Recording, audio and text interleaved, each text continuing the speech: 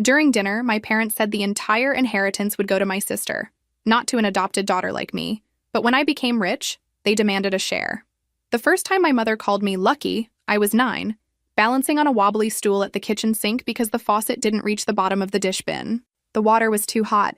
My hands were turning that angry pink that meant they'd itch later, and my sister was in the living room sprawled across the couch, laughing at something on the television like she owned the air in the room. My mother didn't even look at me fully. She kept her eyes on the pot she was scraping, and she said it like a casual fact. "You're lucky we took you in. Most kids don't get a roof. Lucky. Not loved, not wanted. Lucky. I'm Nadine. I'm a woman. I'm 25, and I'm adopted." That sentence alone comes with 1,000 assumptions from strangers. But my issue was never strangers. Strangers are clumsy, curious, sometimes rude, but they don't live in your bones. The people who raised me did. My parents worked hard. My father did factory shifts that left him smelling like metal and sweat. And my mother sewed for neighbors and picked up whatever side work she could find. We were not rich. We were counting coins in the jar on the counter, poor. We lived in an old house in a neighborhood where the sidewalks were cracked and the streetlights blinked like they were tired. Some months the fridge looked like a sad joke. But money wasn't the worst part. The worst part was how love in that house always came with a receipt. There was always a tally. And somehow my sister never owed anything.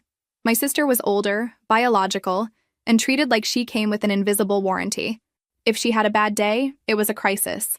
If I had a bad day, it was attitude. If she forgot chores, my mother laughed and called her a dreamer.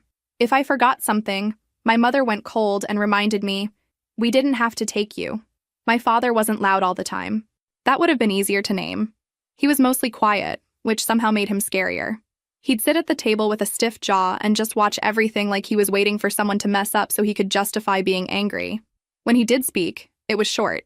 Flat sentences that landed like stones. By the time I was 12, I could run the house like a little exhausted manager. I knew which bills were late because my mother narrated it out loud like she was the main character in a tragedy. I knew how to stretch groceries into dinners that lasted. I learned to read the temperature of a room the way some people read weather. I learned when to disappear. I learned how to swallow feelings so fast I didn't even taste them. And I learned how to be useful. Because being useful was the only thing that made me feel vaguely safe. The clearest snapshot of my childhood is my sister's 15th birthday party. My mother went all out, which meant balloons, decorations, food, the whole thing.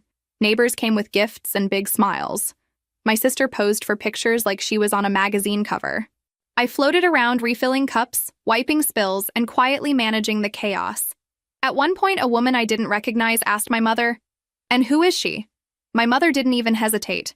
"Oh, that's Nadine. She helps me."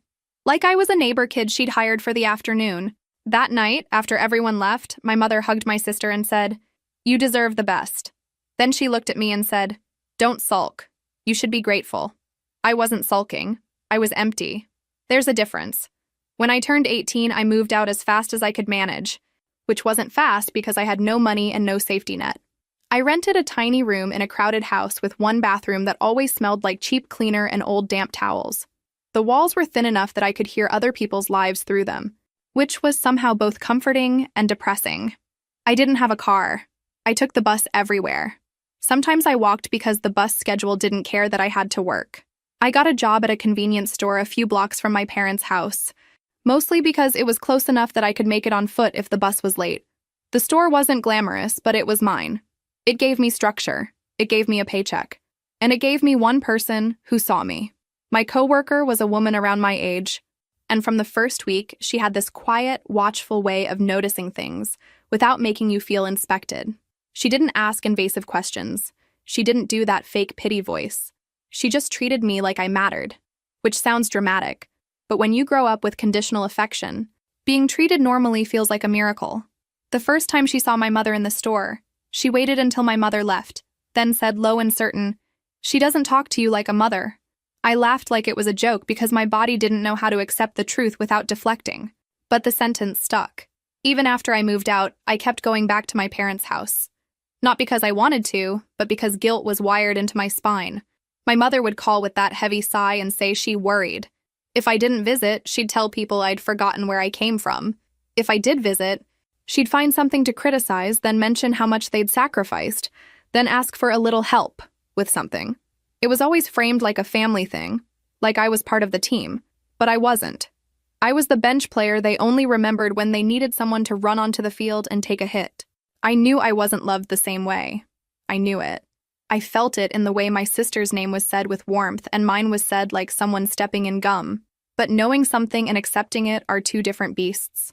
I kept hoping, like an idiot, that if I was patient enough, helpful enough, quiet enough, they'd eventually look at me and see a daughter. Then, on a Friday night that smelled like fried food and exhaustion, my mother texted, "Family dinner. Important." Important meant my stomach tightened. Important meant someone needed something. Important meant I should bring my best neutral face and leave my feelings outside the house. I showed up anyway, because of course I did. My sister was already there, sitting at the table like she'd been invited to a ceremony. My mother had set out plates she rarely used, which should have been my first clue this was a performance. My father sat at the head of the table, quiet and stiff, like he'd rehearsed his role. We ate in that tense way families do when nobody actually likes each other but everyone is pretending there's love in the room. My sister chatted about her job and her plans and her stress, which was always treated like a national emergency. I mentioned my shift schedule and that my rent might be going up again, and my mother made a little dismissive noise like I'd commented on the weather. Then my father cleared his throat. "We've been getting our things in order." I blinked. Like, what things? My mother smiled. Too bright, too controlled. Grown-up things, planning, the future. My sister's eyes flicked to me and I caught a smirk. Not a full grin, just a small curl of satisfaction, like she already knew how this would go. My father said, "We don't want confusion later." Confusion about what? I asked. And even as I said it, my chest tightened because I already knew. My mother set her fork down carefully. Inheritance. I let out a short laugh, not because I thought I'd get anything, but because the idea of them planning something and including me felt like a bad joke. My father stared at his plate. "The house. Whatever is left. It's going to your sister." Silence sat on the table like a heavy pan. I looked at my mother. "Okay, and..." My mother shrugged. "And that's that. Blood is blood. You've had a roof, food, a name. You've had more than you would have otherwise." My sister leaned back, crossed her arms, and said, "I mean, it's not like you were ever really part of this." Adopted. The word wasn't said, but it hung there anyway. My father finally looked up. His eyes were flat. "You should be thankful. We didn't have to take you." My throat tightened so hard it felt like I'd swallowed something sharp. I wanted to scream, to throw my plate, to do something dramatic. Instead, I did what I'd been trained to do. I nodded like a good little guest. My mother added, "We made sacrifices you'll never understand." I stared at her. "So you brought me here to tell me I'm not family?" My mother scoffed. "Don't be dramatic," my sister snorted.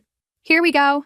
I pushed my chair back slowly, the legs scraping the floor, and my hands shook. "Thanks for dinner." My mother said, "Don't storm out. That's childish." I didn't storm. I walked.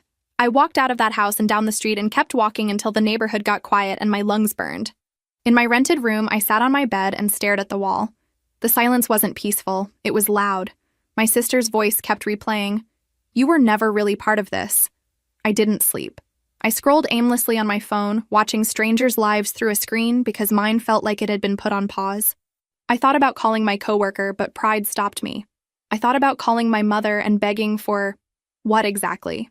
A hug? A lie? I hated myself for even wanting it. The next morning, I dragged myself to work on caffeine and spite. My coworker took one look at my face and said, "Rough night?" I shrugged. Family stuff. She didn't push. She just handed me a cup of water and said, "Eat something when you can." That small kindness made my throat burn again, which is pathetic, but also, it's what happens when you've been starving emotionally for years. A crumb feels like a meal. Later that week, during a slow stretch at the store, my coworker brought up the dinner without even naming it. She just said, "You look like you got punched in the soul." I laughed, which came out brittle. That's one way to describe it. She leaned on the counter, pretending to straighten candy bars while she watched the door. "Do you want to talk? Or do you want me to stand here and make sure nobody tries to bully you today?" I felt my eyes sting. "Both? Done," she said, like it was the easiest decision in the world. After the shift, she asked if I wanted to sit somewhere and eat something that wasn't from the store. A coffee shop down the street, nothing fancy. I almost said no on autopilot, because in my family, Accepting anything turns into a debt. Then I realized she wasn't my mother. She wasn't keeping score. So I said yes. We sat at a small table with those cheap napkins that disintegrate the second you actually need them. I stared at my cup and admitted quietly, "They told me I'm not getting anything, like I should have expected it." But hearing it out loud made it final. My coworker didn't do the fake shock. She didn't do the, "but they're your parents" speech. She just said, "That's cruel." I swallowed. "They act like adopting me was charity." She nodded slowly. "Sometimes people adopt because they want a child. Sometimes they adopt because they want someone smaller to control. I'm not saying that to be dramatic. I'm saying it because I've watched your mother talk to you like you're an employee." My throat tightened. I hate that I still want them to love me. She shrugged gently. "Of course you do. You're human." I wanted to kiss her on the forehead for that sentence alone. Not in a weird way. In a, "thank you for not treating me like I'm broken" way. On the walk home, I kept replaying her words. Not because they were new, but because they were said without cruelty. It was the first time the truth didn't come packaged with a slap. 2 days later, my phone rang while I was folding laundry on my bed. Unknown number. I almost ignored it. I'm the kind of person who lets unfamiliar calls go to voicemail because I assume it's either a scam or a dentist appointment I didn't schedule. But something made me answer. "Hello?" A man's voice, professional but not cold. "May I speak with Nadine?" This is she. "My name is... I'm calling from a local law office. We need to meet regarding an estate matter. It's urgent." My stomach dropped. "Estate? I'm sorry, what?" He paused, like he was choosing words carefully. "It involves your biological parents." The room tilted. I grabbed the edge of my mattress like it could keep me steady. "My biological parents are... I don't know them." "I understand," he said. "That's why we need to meet. There are documents. Can you come in tomorrow?"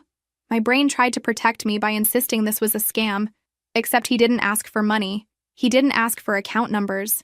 He sounded tired, like someone who makes hard calls for a living. I said yes, because what else do you say when a stranger drags your entire origin story out of the shadows? The next day, I left work early with my manager glaring at me like I'd committed a crime. I took the bus across town to an office building that smelled like old carpet and printer ink. The law office was modest. No dramatic glass walls. Just a waiting room with outdated magazines and a receptionist who looked like she'd seen everything. The lawyer was older than I expected, with tired eyes and a careful patience. He shook my hand and led me into a small office. He didn't waste time.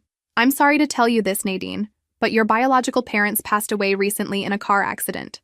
My mouth opened, but no sound came out. It felt wrong to be told something like that by a stranger in a beige office chair. It felt wrong to grieve people I'd never met, and yet my chest tightened like someone had wrapped a rope around it. He slid a folder across the desk.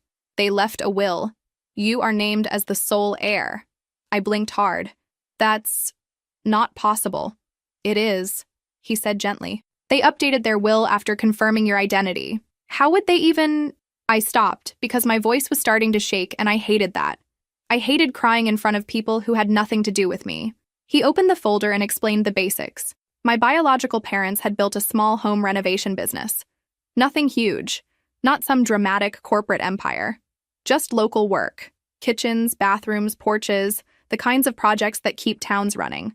They owned their home. They owned a smaller property they rented out. There was savings. There was a small piece of rural land inherited from a relative. I heard the words, but my brain kept snagging on one thing. They looked for me. The lawyer said, "They hired a private investigator to locate you. It wasn't magic, it was paperwork and persistence. They had an old record from the agency where the adoption started, and someone connected them to a retired caseworker who remembered enough to point them in the right direction. From there, it was public records and a lot of waiting. They eventually confirmed through a private test." My eyes stung. "They found me?" He nodded. "They intended to contact you in person. They had a meeting scheduled to discuss it. They didn't make it." The air left my lungs. The cruelty of the timing felt almost personal, like the universe was mocking me. "There is a letter," he added, and pulled out a sheet sealed in plastic like it was precious. It was handwritten, faded, and the first line made my throat close. It wasn't a long, dramatic speech. It was two scared teenagers admitting they were poor, pressured, and terrified. They wrote about loving me anyway. They wrote that giving me up was not them abandoning me, but them believing someone else could give me what they couldn't. They wrote they would come back when they could, even if it took years. They wrote my birth name, then crossed it out and wrote our baby instead. Like they didn't know what to call me without holding me. I cried in the most humiliating way, tears dripping onto my hands, sniffling, trying to apologize for making my face messy. The lawyer handed me tissues and waited. He didn't rush me. When I could speak again, I asked, what does this mean for me? Like, realistically? He said, there will be a process. Some of the value is tied up in property, not cash, but it's significant. Close to $1 million in total assets, mostly the house and the rental property. There are debts and taxes and fees, but you are the named heir. We can request a small advance for your immediate needs while things move. Advance, I repeated, like I didn't trust the word. He nodded. If approved, it can help you stabilize. I left the office with copies of paperwork, the letter, and a hollow feeling in my chest that wasn't just grief. It was grief mixed with rage, because the universe had apparently decided to do the cruelest thing possible, prove I was wanted and then take the people who wanted me away before I could even hear their voices. On the bus ride back, I kept staring at strangers like one of them might suddenly look like me. I kept thinking, I have parents. I had parents. My brain couldn't decide which tents to live in. That night, I didn't just sit. I paced. I cleaned my tiny counter 3 times. I opened my closet and stared at my clothes like they were evidence. At some point, I realized I was doing what I always do when I'm scared, trying to control something small so I don't have to feel something huge. The next week, there was a memorial service. I almost didn't go. The idea of walking into a room full of people who actually knew my biological parents made me feel like an imposter. But the morning of the memorial, I stood in front of my mirror, trying to decide if black was too dramatic or not dramatic enough. Yes, my brain goes there. Not how do I grieve, but what is the acceptable outfit for grief I'm not sure I'm allowed to feel? I wore plain dark clothes and the cheapest makeup I owned, mostly so I wouldn't look like I'd been crying for days. The service was held in a small community hall that smelled like coffee and old folding chairs. There was a photo display near the front. My biological parents smiling in front of half-finished kitchens, standing beside clients, holding a dog I didn't know existed, laughing at something off camera. People moved quietly, respectful, and curious. When I walked in, heads turned. Not rude, just instinctive. A woman around my mother's age approached me, hands clasped, eyes soft. "You must be Nadine," she said. My throat tightened. "Yeah." She nodded like she'd been waiting years to say that sentence. "They talked about you. Not constantly, but often enough. They were careful. They didn't want it to be about guilt. They just wanted you to know you were loved." I made a sound that was half laugh, half sob. She hugged me before I could stop her. I stood stiff at first, then melted a little, because being held without it turning into a debt is a strange experience when you grew up like I did. People came up one by one. A guy with paint-stained hands told me they helped him when he was behind on rent. An older man said they built a ramp for his porch without charging extra because his wife used a walker. Someone said my biological mother always carried snacks, just in case someone needed them. I kept hearing stories that sounded like ordinary goodness, the kind that doesn't make headlines, but changes lives quietly. At the end, the woman who hugged me earlier handed me a small box. "This was in their home office," she said. "They had it set aside." Inside was a cheap little baby bracelet, tarnished, with my birth name engraved. I pressed it into my palm and my whole body went cold and hot at the same time. I didn't stay long after that. I stepped outside and sat alone on the curb behind the hall, holding the bracelet like it could anchor me. I felt furious at the timing. I felt grateful and angry and numb and everything at once. I also felt embarrassment, like I was late to my own life. On the bus ride home, I held the bracelet and stared at my reflection in the window, that ghosty overlay of my face against the city. I imagined my biological mother sitting beside me, telling me the story in her own words. I imagined my biological father making some tired joke to make me laugh. I imagined them seeing me and not needing to be convinced I belonged. When I got back to my room, I sat on my bed and did something I hadn't done in years. I almost called my adoptive mother for comfort. My finger hovered over her contact. I pictured her voice, the way it could soften for a second, then turn sharp and make everything my fault. I didn't call. I put my phone down like it was hot. A few days after the memorial, the lawyer arranged for me to visit my biological parents' house briefly with him, just to collect personal items that were clearly meant for me and to make sure the place was secure. Walking up to that front door felt like walking toward a life that could have been mine. The porch had worn steps, the kind you can picture someone sanding and repainting on a weekend. There were wind chimes that sounded soft in the breeze, ordinary details that somehow made my chest ache. Inside, the air smelled like sawdust and lemon cleaner. There were work boots by the door, a jacket hanging on a hook, a stack of mail on the counter. It hit me hard that they had been real, daily people. They drank coffee here. They argued here. They came home tired here. And I was a stranger standing in the middle of it. The lawyer stayed respectful, letting me drift from room to room. I found a small home office with folders neatly labeled and a calendar on the wall with a date circled. My name was written next to it in careful handwriting. I stared at it until my vision blurred. They had planned for me. They had put me on the schedule of their actual life. In a drawer, there was an envelope with my name on it. Inside were copies of public record searches. A couple of photos of me from social media that I didn't even remember posting. Nothing scandalous, just me holding a coffee, me at a bus stop, me at work in my uniform. The fact that they'd been quietly watching from a distance made me feel weird and warm and sad all at once. Like being loved from behind glass. I also found a small notebook with scattered notes. Call attorney. Finish kitchen estimate. Ask about meeting. Don't overwhelm her. Bring letter. The last one was underlined. I sat on the office chair and cried into my hands like a child. When I left the house, the lawyer asked if I wanted to see the business side too, just so nothing felt mysterious. So he drove, to a small workshop space where the renovation crew stored tools. The partner who'd been running day-to-day work met us there. He was polite, a little awkward, and he kept looking at me like he didn't want to say the wrong thing. They were good people, he said finally. They worked their butts off. They weren't rich, but they were generous. They talked about you like hope. Like the thing that kept them going when it was hard. I nodded because speaking felt impossible. He showed me a shelf with labeled bins, a work table covered in measuring tapes and screws, and a whiteboard with current jobs. It wasn't glamorous. It was just real work. And realizing my biological parents built this life with their hands, after starting with nothing, made me both proud and furious. Proud of them.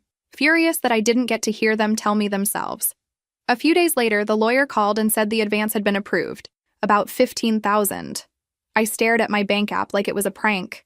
Then I stared again. Then I stared until my eyes hurt. My first impulsive thought was to spend it all. Furniture, clothes, a whole new personality. But panic followed immediately. Because money doesn't just solve problems. It attracts them. So I didn't tell my parents. I didn't even tell my coworker at first. I told myself I was being careful. Really, I was hoarding one tiny secret, the way a starving person hides food. That week, my landlord taped a note to our front door. Rent was going up the next month, a big jump, written like a threat instead of a conversation. I read it twice, blinking like maybe the words would rearrange into something kinder. I used part of the advance to pay ahead and buy myself breathing room. The relief lasted about 12 minutes, until guilt showed up wearing my mother's voice. Because my mother did what she always does when she senses distance. She came looking. She called first. "You've been ignoring us," she said, like I'd stolen something. "I've been busy," I lied. "With what?" she pushed. "You don't have anything going on." That sentence, so casual, so cruel, hit harder than it should have. "I work," I said. "I have a life." My mother laughed.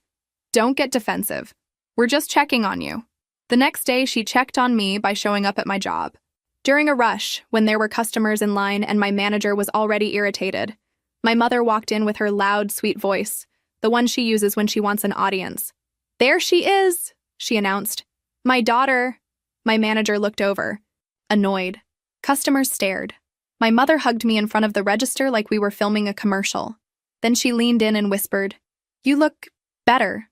What's going on?" I hated that she noticed. I hated that she was hunting for a reason. "I'm fine," I said, stiff. She pulled back and smiled at my manager. "She's been stressed. She worries too much." Then she looked back at me, voice low. "Call me later. We need to talk." I didn't call, which was a mistake in my mother's world. She called me instead, repeatedly, until I answered just to stop the buzzing. "Your sister needs help," she said immediately. My stomach sank. "Help with what?" "Bills," my mother said like it was obvious. "Life is hard." Life was only hard for my sister when the world refused to hand her what she wanted. "I can't," I said. My mother's tone sharpened. "You can't, or you won't." "I don't have extra," I lied. My mother sighed dramatically. "So you're really going to punish us, after all we did?" "It's not punishment," I said, because I still wanted to be seen as reasonable. I'm just trying to survive. We're family, she said, syrupy. Family helps. Don't you want to be a good daughter? I almost caved. I could feel the old program running. Pay the guilt tax, keep the peace, don't make waves. Then I heard my father's voice from that dinner. Blood is blood. I'm not sending money, I said, and my voice was quiet but firm. My mother went cold. Fine, but don't come crying to us when you need something. After that, my sister started texting. Little messages at first. Hey, miss you. We should talk. Then sharper ones. Mom says you're acting weird. You think you're too good for us now? I didn't answer. She sent a selfie of her crying. I didn't answer that either. Then she sent, "What did you do to get money?" There it was. The assumption that anything good happening to me had to be explainable in a way that involved them. Around that time, my manager pulled me aside and said, "Your mother came in again, asking about your schedule." My stomach dropped. She did, my manager said, lips tight. And I told her I can't share employee info. But if this becomes a pattern, it becomes a problem. Customers don't need your personal drama. I wanted to scream that I didn't invite any of it. I wanted to scream that I was trying. Instead, I apologized, because my default is apologizing for other people's behavior. That night, I sat on my bed and stared at the ceiling and realized I couldn't keep living with my life this visible. My mother treated my routine like a map. If she couldn't control me emotionally, she'd corner me physically. That's when the idea of requesting my adoption-related records stopped being a thought and became a need. I didn't do it in a dramatic revenge way. I did it at 2 a.m. with shaky hands, filling out forms on my phone because it felt safer than thinking. I kept pausing, hovering over the submit button like I was about to press something that would explode. Part of me still believed I wasn't allowed to look behind the curtain. Part of me still believed my parents owned the story of my life. I hit submit anyway. Weeks passed. Life kept happening. I went to work. I smiled at customers who tossed coins on the counter like I was invisible. I came home to my room and tried to breathe. I told myself I would wait to make big moves until the estate was further along. Then the lawyer called again. "One of the properties can be made available for you to move into soon," he said. I froze. Soon like a few weeks, he said. "The house is empty. You are the named heir. While we finish the paperwork, you can stay there temporarily if we document everything and you take over the utilities. It's a practical step, not a magic one." It sounded almost unreal. A house.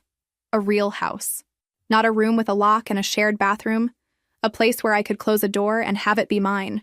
When I went to see it, it was in a quiet neighborhood with trees and sidewalks that didn't look like they were considering giving up. 3 bedrooms. A small yard. A porch. Nothing flashy, just steady. I walked through each room like I was afraid to touch anything. I opened closets. I ran my hand along a windowsill. I stood in the kitchen and pictured myself cooking without someone watching me like a hawk. Then I sat down on the living room floor and cried, because of course I did. I hired a modest moving service and packed my tiny room like I was escaping. I didn't have much. Some clothes, some books, a cheap lamp, dishes, and the letter. I carried the bracelet in my pocket like a secret. The move itself was ordinary and exhausting. Boxes, tape, sweating through my shirt. My coworker offered to help, and I said no at first out of reflex, then texted her later and said, "Actually, if you can spare an hour, I'd appreciate it." Even asking felt like lifting something heavy. She showed up, helped me carry boxes, and didn't make me feel like a burden. At one point, she looked around the empty living room and smiled softly. "You deserve this," she said. I didn't know what to say. "Thanks," I managed, which felt inadequate, but it was all I had. The first night I slept in the new house, I didn't sleep. I checked the locks 3 times. I walked room to room listening for creaks because my body didn't understand that quiet could be safe. I kept expecting a knock, a window tap, a text from my mother, something. Instead, there was just silence. Real silence. The kind that makes you realize how much noise you've been living with inside your head. The next morning, I woke up and made coffee in my own kitchen. I stood there holding the mug, staring at the sink, and it hit me like a wave. Nobody was going to tell me I owed them for this cup of coffee. I didn't have to earn it by being useful. It just existed. And that should have been the beginning of peace. But my family doesn't let peace exist without trying to break it. My mother found out in the most predictable way possible. A relative spotted the moving truck and texted her. I know because my mother later screamed about it, naming the person like she was furious at the leak more than the reality. The point is, there was a concrete trigger, a truck, a new address, the neighborhood grapevine doing what it always does. 2 days after I moved in, my phone lit up with calls. I didn't answer. Then my mother showed up. I was carrying a box from the porch when I heard my name shouted from the sidewalk. Nadine! I froze. Then I turned and saw my parents' car parked crookedly at the curb. My sister got out first, wearing a smile that looked pasted on. My mother followed, eyes wide, scanning the house like it was a prize. My father stepped out last, slower, looking irritated like he'd already decided this was my fault. My mother hurried up the walkway. We heard you moved. Why didn't you tell us? I held the box tighter, because I didn't want you here. My mother gasped like I'd slapped her. Nadine, don't be like that. We're your family. My sister drifted past me and peeked into the living room. Wow, she said. This is nice. Must be expensive. My father asked, how are you paying for this? The shame rose instantly, like I'd stolen something. Then I remembered the letter, the proof, the fact that my biological parents left this to me because they wanted me to have it. I straightened. It's my house. My mother's eyes narrowed.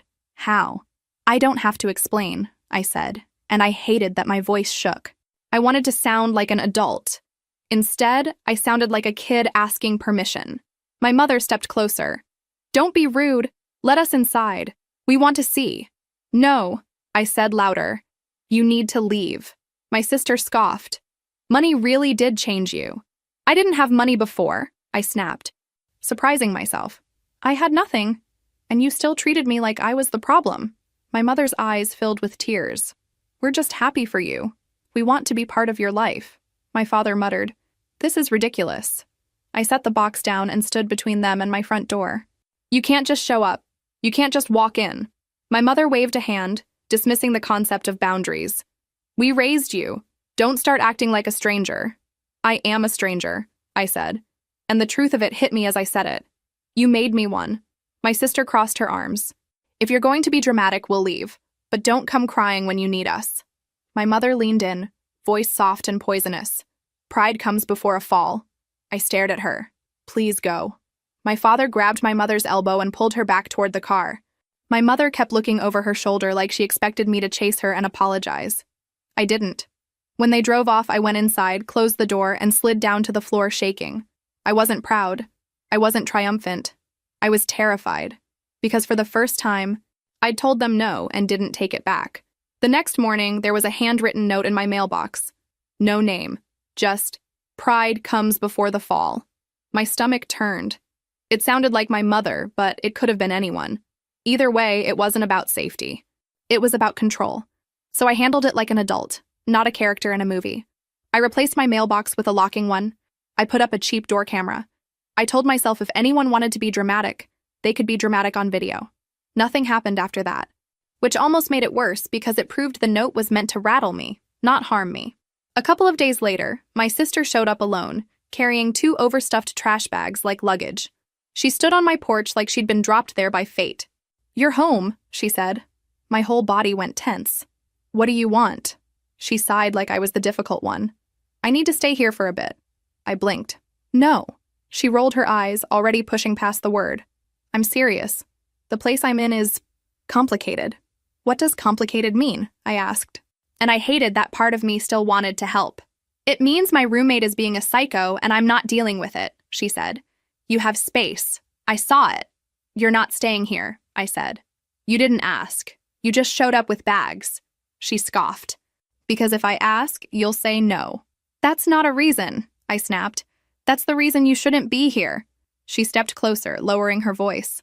Don't be petty. You have so much now. It's disgusting watching you act like you're struggling.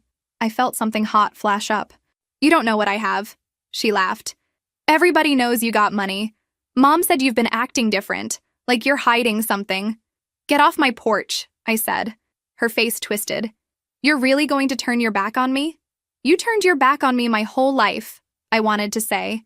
Instead, I just repeated, leave. She moved like she was going to test me, like she was used to testing me. She pushed her shoulder against the doorframe, trying to wedge herself forward. And that's when I realized I was about to lose control of my own house because my sister did not believe my boundaries were real. So I called for help. The operator's voice was calm. The responding officers were calm too. Tired, normal people doing an ordinary job. One spoke to me on the porch while the other spoke to my sister by the curb. My sister played innocent perfectly. "She's my sister," she said loud enough for me to hear. "I'm just trying to stay with family. She's having some kind of episode."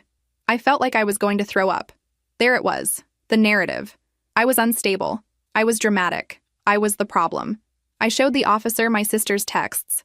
I explained quietly that my family didn't respect boundaries and I needed them to leave. He nodded like he'd heard this story 100 times in different houses. No one got arrested. No one got cuffed. This wasn't a show. They told my sister she had to leave and warned her that if she came back and refused again, it could be considered trespassing. As she walked to her car, she hissed, "You're dead to me." That night, my mother sent a long voice message full of sobbing. "How could you do that to your sister?" They came to our house asking questions. "Do you want people to think we're criminals?" I stared at the message and felt something strangely calm. They were worried about appearances. Not my safety, not my panic, just appearances. I didn't reply. I deleted it. Then I sat on my kitchen floor and laughed quietly at the absurdity of it all, because if I didn't laugh, I was going to crumble. 2 days later, the envelope from the state arrived. The records I'd requested weeks earlier. I opened it on my living room floor like I was diffusing something. The documents were partially redacted, but there were enough notes and amounts to make my skin go cold. They had received monthly support for years because of the adoption arrangement. The total over all those years added up to a number that made my throat tighten. I thought about my childhood shoes with holes, the dentist visits we couldn't afford, the school trip I begged for and got denied, the way my sister somehow always had new things, the way my mother acted like feeding me was charity. It was like seeing my whole childhood reframed in ink. I went to my parents' house the next day, not with a big speech, but with that thick envelope in my hands and rage in my chest. I took the bus there and sat in the back, staring at the envelope like it might explode. My mother opened the door with suspicious eyes. "What are you doing here?" I held up the papers. "Explain this." Her eyes narrowed as she scanned the first page. "Where did you get that?" "That's your first question?" My voice came out sharper than I meant. Not, "What is it?" but "Where did you get it?" My mother's jaw tightened. We did what we had to do. My sister appeared behind her, already rolling her eyes. "Oh my God, are you trying to start drama again?" I looked at my father. "You got money. Every month. For years. For me." He shrugged. "We had expenses." "What expenses?" My voice cracked. I slept on a mattress that smelled like mold. I wore secondhand clothes. I never got braces even though you mocked my teeth. "What expenses?" My mother's face hardened. "That money kept this house running. So you used me to pay your bills," I said, and the words tasted like metal. My mother leaned forward, voice low and dangerous. "Watch your mouth. You don't get to come in here acting like a saint. We fed you. We kept you. We gave you a name. You want to talk money? How much do you think it costs to raise a child?" My sister snorted. "Maybe you should be grateful you weren't left in the system." There it was again. Lucky. Grateful. Like my existence was a chore they tolerated. My instinct to apologize rose up automatically. I could almost feel my mouth forming the words. Then I swallowed hard. "I don't want the money back," I said, surprising myself with how steady I sounded. "I want you to stop pretending you sacrificed for me, because there's a paper trail. You weren't martyrs. You were paid." My mother's face went red. "How dare you?" My father stood up. "If you're going to disrespect us, you can leave." I stared at them. "What family?" I asked quietly. And that was the moment the room changed. Even my sister stopped smirking for a second, like the truth hit her in the face and she didn't like how it felt. I left. I didn't scream. I didn't throw anything. I left with my hands shaking and my stomach in knots. On the bus ride back, I stared out the window and felt something I didn't expect. Relief. Like I'd finally said a truth out loud, and the sky hadn't fallen. Of course the sky didn't fall. My mother just called me a dozen times that night. I didn't answer. Then the rumors started. My coworker called after her shift and said, "I don't want to freak you out, but your sister is telling people you got money doing something illegal.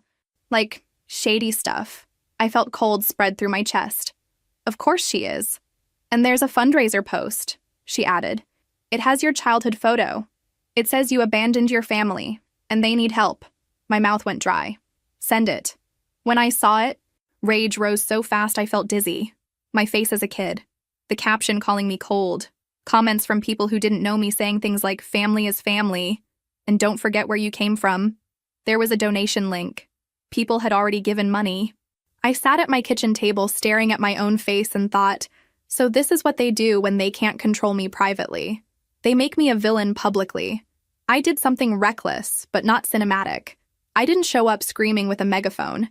I paid for a ride to my parents' house because the bus felt too slow for the rage buzzing in my skin. My mother answered the door with fake surprise. "Oh, Nadine, are you here to apologize?" I held up my phone. "Take it down." My mother blinked. "Take what down?"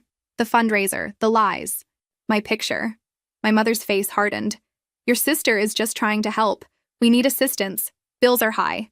"You're using my face," I said. "You're saying I abandoned you." My mother scoffed. "You did." My sister appeared behind her, smirking. "You could just give us some, like a decent person." "So this is about money," I said. My sister tilted her head. "Isn't everything? You had no problem taking from us." I laughed, sharp and bitter. "You got paid to raise me." My mother's eyes flashed. "Stop bringing that up. You always want to play victim." "I'm asking you to stop lying," I snapped. My sister shrugged. "People are donating. It's working." I wanted to grab my phone and throw it at the wall. Instead, I said, "If you don't take it down, I'm reporting it." My mother laughed. "To who? You think anyone cares?" That was the moment I realized they genuinely believed no one would hold them accountable, because my whole life I hadn't. I left. My hands were clenched so hard my nails dug into my palms. Back home, I sat in my living room and felt trapped by my own fear. I had a house, I had resources, I had proof, and I still felt like a kid in their kitchen. So I called a therapist. I'd never done therapy before. In my family, feelings were treated like inconveniences. But I couldn't keep living with my nervous system stuck in survival mode and calling it normal. I found someone local with availability and a calm voice. In our first session, I described my life like a list, because that's how I protect myself. I make pain sound casual. She listened, then asked, "What do you want?" I stared at the carpet. "Peace." She nodded. "And what are you willing to do to get it?" I didn't have an answer. That was the problem. I'd spent my whole life reacting, not choosing. Over the next weeks, the situation escalated anyway. My sister tried to open a credit account in my name. I only found out because an alert letter arrived at my house. Seeing my name on something I didn't request made my stomach flip. I called, stopped the attempt, froze my credit, set up fraud alerts, and filed a basic identity theft report so there was a record. It didn't become a big legal saga. It didn't lead to dramatic consequences. It just became one more quiet proof of how far she was willing to go. And it became one more reason I stopped questioning myself. My therapist asked, "What does it mean that she tried that?" "It means," I said, voice flat, "she thinks I'm hers to use." While all that was happening, I reported the fundraiser to the hosting platform. I attached proof it used my image without permission and contained false claims.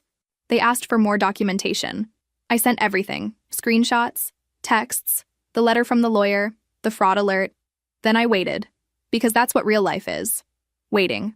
Holding your breath while systems slowly do what they do. My therapist asked if I wanted to expose my family publicly. I said no. I didn't want a war. I wanted the lies to stop. I wanted my childhood face taken off a begging post like I was a missing pet. But I also realized something. My family had built a whole narrative about me over years. If I didn't anchor the truth somewhere, I'd keep being pulled under their version. So I invited a small group of people to my house. Not a party, not an ambush, just witnesses. My coworker came because she'd seen the fundraiser and was furious on my behalf. 2 women from my old neighborhood came because they were tired of my mother acting like a saint when they'd seen me hauling trash and babysitting and being treated like help. The owner of the laundry place came because she'd watched my mother send me in with bags of clothes and no coins like it was my problem. A distant cousin came because, in his own awkward way, he wanted to understand. I also brought a plain language explanation letter I'd requested about the assistance program. And I invited a woman who worked at a community center. Someone who knew these systems in everyday terms and didn't mind saying, "Yes, this exists, and here's generally what it means," without acting like it was a courtroom. I felt sick the whole day. I set out water and cheap snacks like I was hosting a meeting at work. I hated that I cared about being polite while my life was on fire. When everyone was seated, I laid out the documents on my coffee table. The letter from my biological parents. Proof of the estate process. The assistance records, the bank alert about the credit attempt, screenshots of the fundraiser. I'm not doing this to embarrass anyone, I said, voice shaking. I'm doing it because I'm tired of being lied about. I'm tired of questioning my own childhood. Then I called my mother and told her to come over. She arrived with my sister, of course. My father trailed behind them, looking like he'd rather be anywhere else. They walked into my living room and froze when they saw people there. My mother's eyes widened. What is this? A conversation, I said. Sit down. My mother laughed nervously. Are you trying to humiliate us? My sister scoffed. This is so dramatic. I took a breath and started laying it out. Not as a legal case, but as my life. My mother interrupted constantly, calling me ungrateful, calling me cruel, saying I was twisting things. My sister joked, shrugged, performed. My father barely spoke until he did, and then it was blunt and angry. You owe us. The woman from the community center explained calmly what those assistance records generally mean and why they exist. The laundry owner said she remembered my mother complaining about having to keep me. One of the neighborhood women said quietly, I saw how you treated her, and my mother's face went pale. My cousin shifted uncomfortably and said, families fight. Maybe everyone should just forgive. I stared at him. Forgive what? I asked. Forgive them using my picture to get donations? Forgive them telling me I'm lucky to exist? My mother started crying, real tears this time. We loved you. I laughed softly. You loved having someone to control. My sister snapped, You're insane. My father stood up and slammed his hand on my coffee table. We're leaving. My mother wiped her face and hissed, One day you'll need us, and when you do, don't come crawling back. They left, and the room felt like it had been drained of oxygen. That night, after everyone went home, I got an email from the platform. The fundraiser had been removed and the account holder had been warned. I stared at the screen, and instead of feeling victory, I felt tired. I sent a screenshot to my coworker and to the two women from my old neighborhood, not to gloat, but to anchor reality. They replied with a mix of satisfaction and sadness. The fundraiser was gone, but the gossip wasn't going to vanish. People who liked the drama would keep the version they preferred. About a month after the fundraiser mess, someone from a local church knocked on my door on a Saturday morning. An older man, polite smile, hands folded like he was delivering peace itself. I'm not here to take sides, he said immediately, which is always how you know someone is about to take a side. Your mother is very worried. She says there's been a misunderstanding. I stared at him through the screen door, still in pajamas, hair a mess, coffee breath, feeling that old impulse to perform good girl for an authority figure. It's not a misunderstanding, I said. He tilted his head sympathetically. Families go through seasons. Pride can make things worse. I almost laughed at the déjà vu. Pride isn't why I froze my credit, I said. Pride isn't why my face was used to ask strangers for money. His smile faltered, just a little. Sometimes people act out of desperation. Sometimes people act out of entitlement, I replied, and my voice stayed calmer than I expected. I'm not asking anyone to hate them. I'm asking them to stop crossing boundaries. He tried one more gentle push about forgiveness, about letting go. I nodded like I was listening, because I'm still learning not to apologize for existing. Then I said, I'm letting go by not letting them in.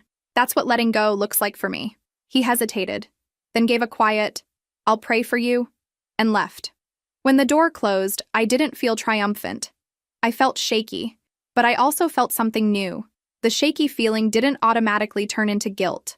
It just passed. In the following weeks, I felt the social hangover. A couple of people reached out with awkward messages like, I didn't know, or I hope you're okay. Some people went silent. Some doubled down and acted like I was still the villain because that story made them feel morally superior. I had to accept something painful. Not everyone wants the truth. Some people want a simple story with a hero and a villain, and my family was offering them that on a plate. Months passed. The estate moved forward. My biological parents' small company was sold to the partner who'd already been running daily operations. Because I didn't have the headspace to manage a business while grieving. I didn't want to cosplay as a boss while my nervous system still lived in a childhood kitchen. I kept my work schedule steady, then transitioned into a basic administrative role that kept me out of the public counter spotlight. Once I changed jobs, the surprise visits stopped, mostly because my family couldn't find my routine as easily anymore. Being less visible felt like breathing. I paid off the house once everything cleared enough to make that feel safe. The rental property stayed rented, And I learned slowly how to handle normal adult problems without turning them into panic spirals. The first time a tenant texted me about a leaky sink, I stared at the message for 10 minutes as if it were a test. Then I hired a repair person, paid the bill, and cried afterward because doing a normal thing felt like climbing a mountain. Somewhere in the middle of all this, I bought an older used car. Not because I was trying to show off, because I was tired of the bus schedule controlling my life and tired of feeling exposed walking everywhere.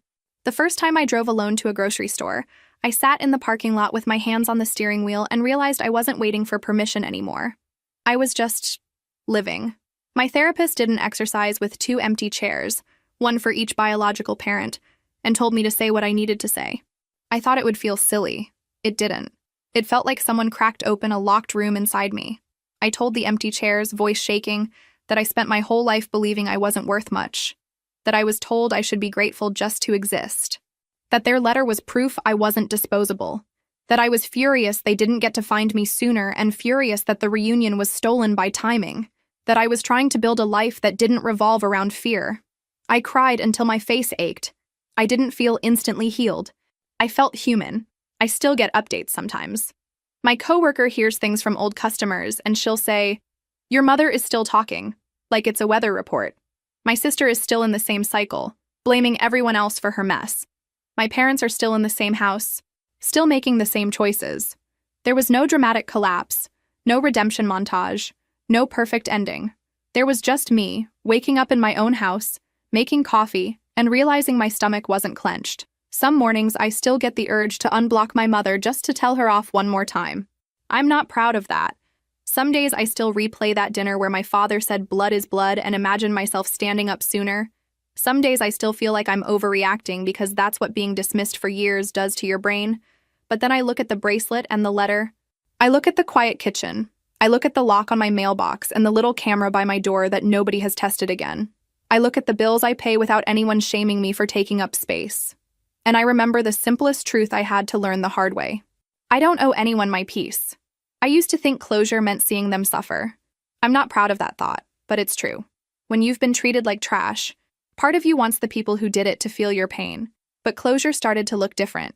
It looked like buying myself a pair of shoes because I wanted them, not because mine had holes. It looked like letting my phone ring without flinching. It looked like saying no and not apologizing for it afterward. My adoptive family didn't explode. They didn't crumble. They just kept going, loud and convinced they were right. And I kept going too, quieter, not because I lost, but because I finally stopped performing for them. I finally stopped trying to earn a place at a table where I was always the unpaid help. It's not tidy. It's not fair. It's not a movie. Sometimes, late at night, I still catch myself waiting for the sound of my phone buzzing with my mother's name, even though I changed my number and blocked everything I could think of. Trauma is annoying like that. It doesn't care about logic. But then I'll do something small and normal. Wash a plate, fold laundry, lock the door, and I'll notice my shoulders aren't up around my ears. I'll notice I'm not rehearsing excuses in my head. I'll notice the silence isn't threatening anymore. And in those moments, I don't feel like the lucky, adopted kid they kept reminding me of. I feel like a woman who finally stopped auditioning for love that was never going to be given freely. It's just real.